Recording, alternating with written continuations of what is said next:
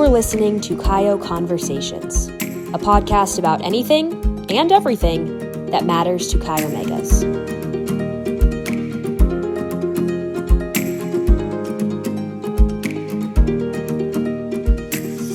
Well, welcome everyone to another episode of our podcast. Thank you for joining us. I'm Leslie Harrington, CEO for Chi Omega, and we are joined today by Marcie Booth. She is a 2003 initiate of Zeta Delta chapter at the University of Toledo. But since her time in Toledo, Marcie has moved to sunny California, where she has served our Gamma Beta chapter at UCLA in a number of different roles. She has been a personnel advisor, Panhellenic advisor, and alumni relations advisor all over about a span of more than 10 years. And she even served as the LA alumni president. Most recently, Marcie was chosen by the Governing Council to be a member of Chi Omega's Diversity, Equity, and Inclusion Committee. And the SH handpicked her to serve on her Volunteer Development Task Force. Marcie has also attended numerous Chi Omega firesides and conventions over the years, and she's a graduate of the Nancy Walton Laurie Leadership Institute of Chi Omega. Professionally, Marcie serves as the director of events at a company called Think LA. So Marcie, we are so honored to have you with us. Thank you for sharing your time with Chi Omega yet again. And gosh, after reading your bio just then, it seems like you don't even know the word no when it comes to Chi Omega. Is that right? That's right. Yeah, honestly, I feel like I've gotten so much from Chi Omega that it would just be a disservice if I don't say yes to a lot of things. So yeah, I love Chi Omega. Well, we're so glad to have you. I really want to start with your collegiate experience. So tell me, why did young little Marcie join Chi Omega back in 2002 in Toledo? You know, it's so funny. I thought about this question, and initially I went through recruitment. I was, accelerated. I was late to the game. And I was just anxious the entire time. And I went into the Chi Omega house. I met someone named Lavender, and literally I was like, okay, she's so cool. Like, I could be friends with her. I don't know if I will be in the same sorority, but I can be friends with her. So the sorority that I had my heart on, I got cut from on like day 2 or 3. And I said, okay, I'm going to give everyone a try and like not go in with any other preconceived notions. And I got my Chi Omega bid, and I was like, okay, I'm going to keep going through this process. I signed up for it. I already did, committed. And I had bid day at the house. And it was one of those experiences. I was like, okay, I'm supposed to be here. I can be my kooky, authentic self. No one's judging me. And it was just kind of love after that. I just couldn't get enough of my sisters. I couldn't get enough of the house. And I just put a lot of energy into it because I just loved the way that they were treating me. Well, I love that you felt so at home at Chi Omega. I felt the exact same way. And it just warms my heart whenever I hear stories of what drew people to Chi Omega, because it's always that warm, fuzzy feeling. And so that's what it's all about. Now, you became an advisor, gosh, almost immediately after college in 2008. What made you interested in giving back in that way? It was really more of a selfish purpose. I had just moved to LA. I didn't really know anyone. And I had met a couple of the advisors at an alumni chapter event. And I said, okay, they seem like they're not the typical LA girls. Like, I'm going to just talk to them and see if I can advise. And I actually told them, I'm like, I'm happy to do anything you need me to do. I just want to kind of get to know people. And I have met so many incredible women. I feel like my advisory board, like, they're just like some of my best friends. So I've just continued on because I've been able to make new connections with women. And even the collegians, I'd never thought about this piece of it. There's so many collegians that I've met throughout the years, and some of them I stay in contact with, and I just know that we have like a really fun connection.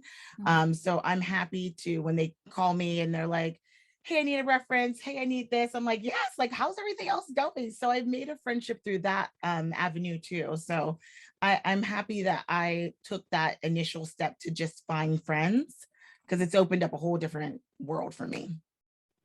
Yeah, I'm glad you said that because I feel like you really model the way when it comes to intergenerational friendships in Chi Omega.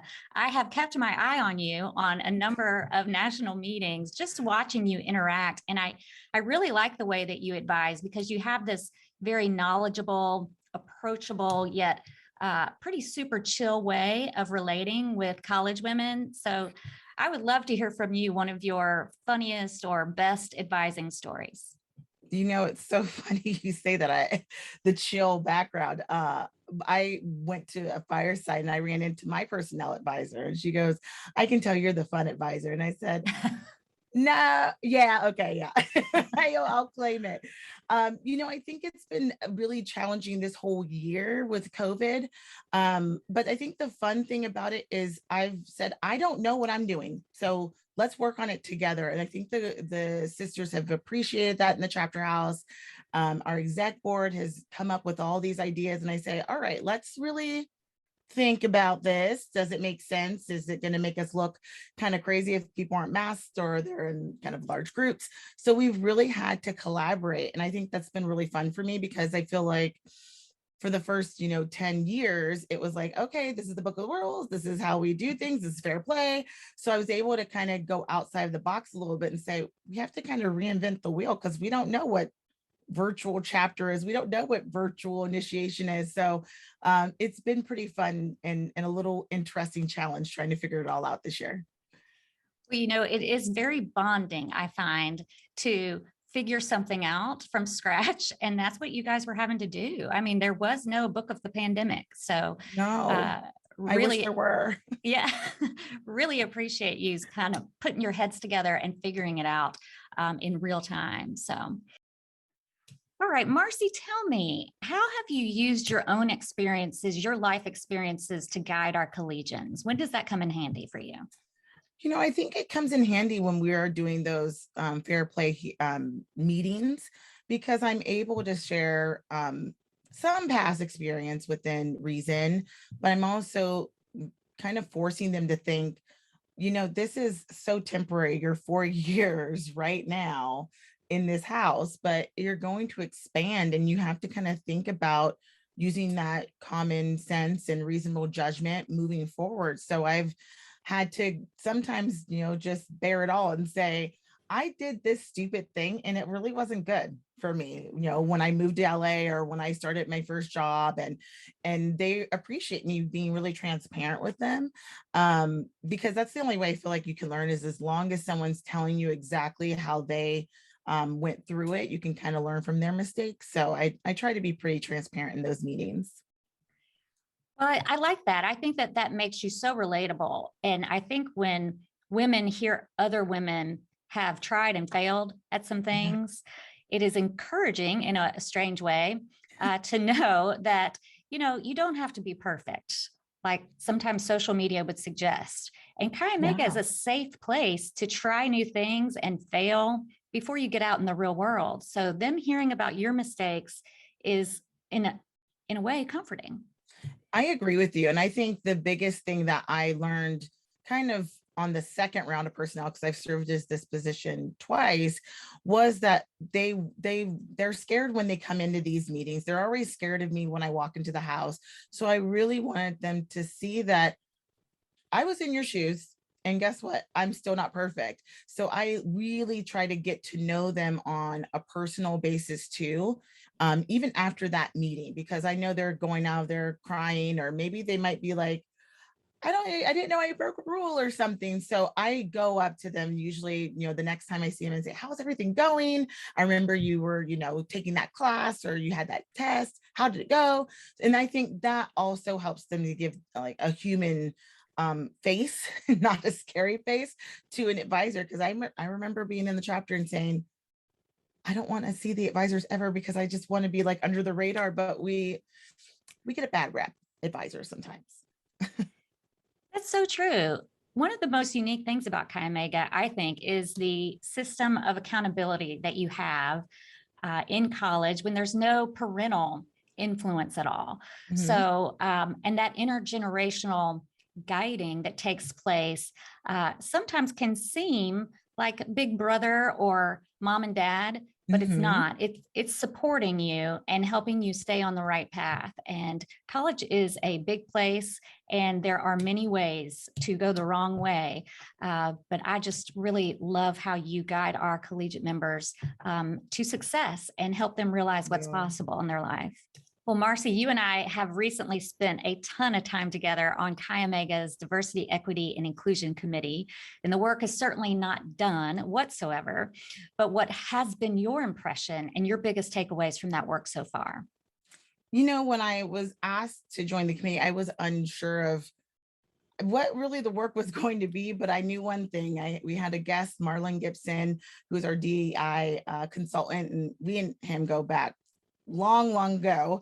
So I said, at least I have a buddy in there. So I know my voice can be heard even through him. So as we kind of started working on things, it was really incredible because we did have that intergenerational understanding throughout the entire committee. And it's not a large committee, but I'm thankful that the governing council put us all together because I got to see from, the college level to, a 75-year-old member, that we're all kind of on the same page. We're all thinking the same way. We have the same perspective.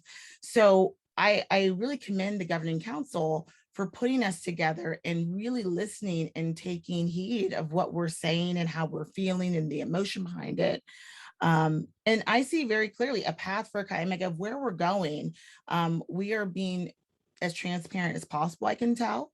I think that we're open to hearing new ideas and changing things as we see fit. And I think that's one thing that sometimes when you are just a member and you're maybe not that involved, you're kind of like, they've had those rules for hundreds of years. They're not going to change. But we're changing, we're evolving. We want to make this chapter or the fraternity better. And I also loved, I have to say, that they did listen to the members. There were lots of conversation from members and collegians and members who had been in Chi Omega for years. And then we listened to all of their feedback and really took that to heart as we were presenting those recommendations to the governing council. Well, I admired your diligence in reviewing and reading all that feedback because it was a lot of material and it's still rolling in. But the work has started and it will be ongoing. The DEI committee is a special committee for Chi Omega and it is permanent. So it is here to stay. And I look forward to working with you more on the committee and see what you guys do next. I'm excited for it. Yeah. I also wanted to talk to you a little bit about your experience attending Chi Omega's Nancy Walton Laurie Leadership Institute. What was that like for you and how did it impact you? I loved it. Like, it was really one of those things where I'm like, I'm going to Memphis and I'm going to learn some things, but I truly came out of the weekend with some of my dearest friends. We've been trying to get out together. The pandemic has ruined our plans several times. But these are genuine women who were just so much fun. And we all had the same common goal of like, how can we better ourselves? How can we make our time during this weekend kind of most impactful?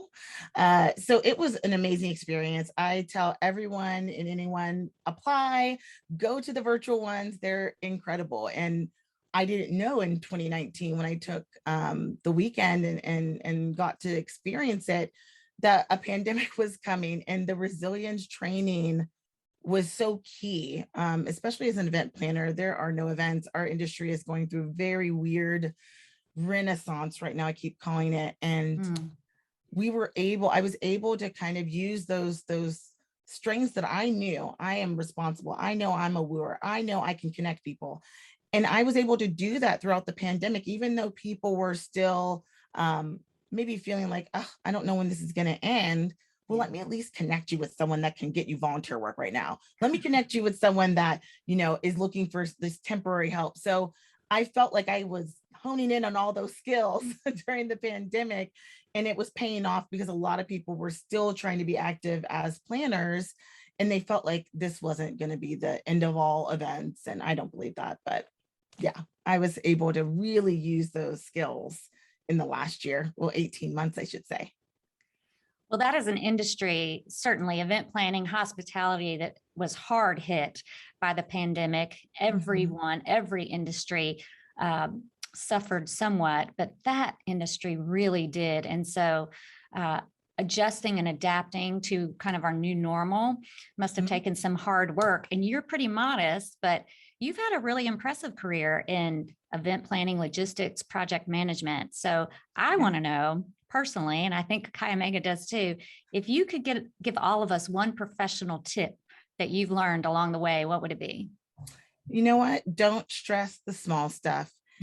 There's always going to be a problem in an event.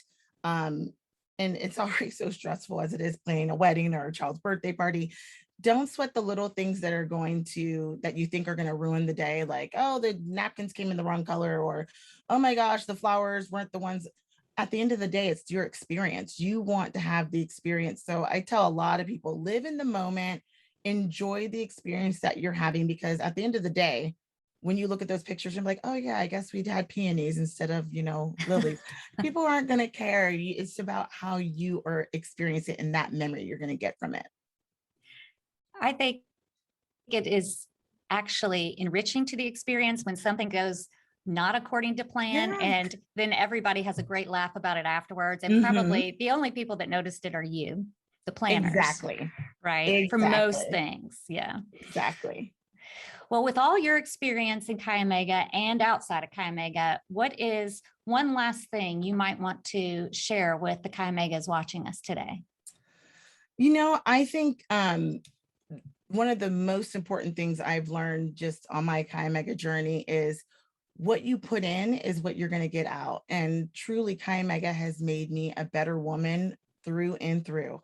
So that's why I continue to volunteer. That's why I continue to make friends in Chi Omega and going to the, leadership conferences or to firesides or convention. So I really do invite all of our listeners and viewers to take that chance. I know you might not be, ready to volunteer or ready to, be an advisor, but staying connected and putting a little bit in is going to give you tenfold. So that's my advice for everyone. Well, I think that's good advice. And I have loved having the opportunity to introduce one of my favorite Z Deltas to the rest of Chi Omega. And I just want to thank you again for saying yes again to Chi Omega. And I hope you never learn the word no when it comes to Chi Omega. Thank you. I probably won't. So you're good for at least 50 years. All right. Thanks, everyone, for listening today. And stay tuned for more Chi O conversations coming your way. Also, if you have any podcast ideas or notable Chi Omegas you'd like to hear from in our next broadcast, let us know. You can email us at chiomega@chiomega.com. And as always, keep an eye on Chi Omega's social media channels so you can be sure to join us the next time we broadcast. Thank you.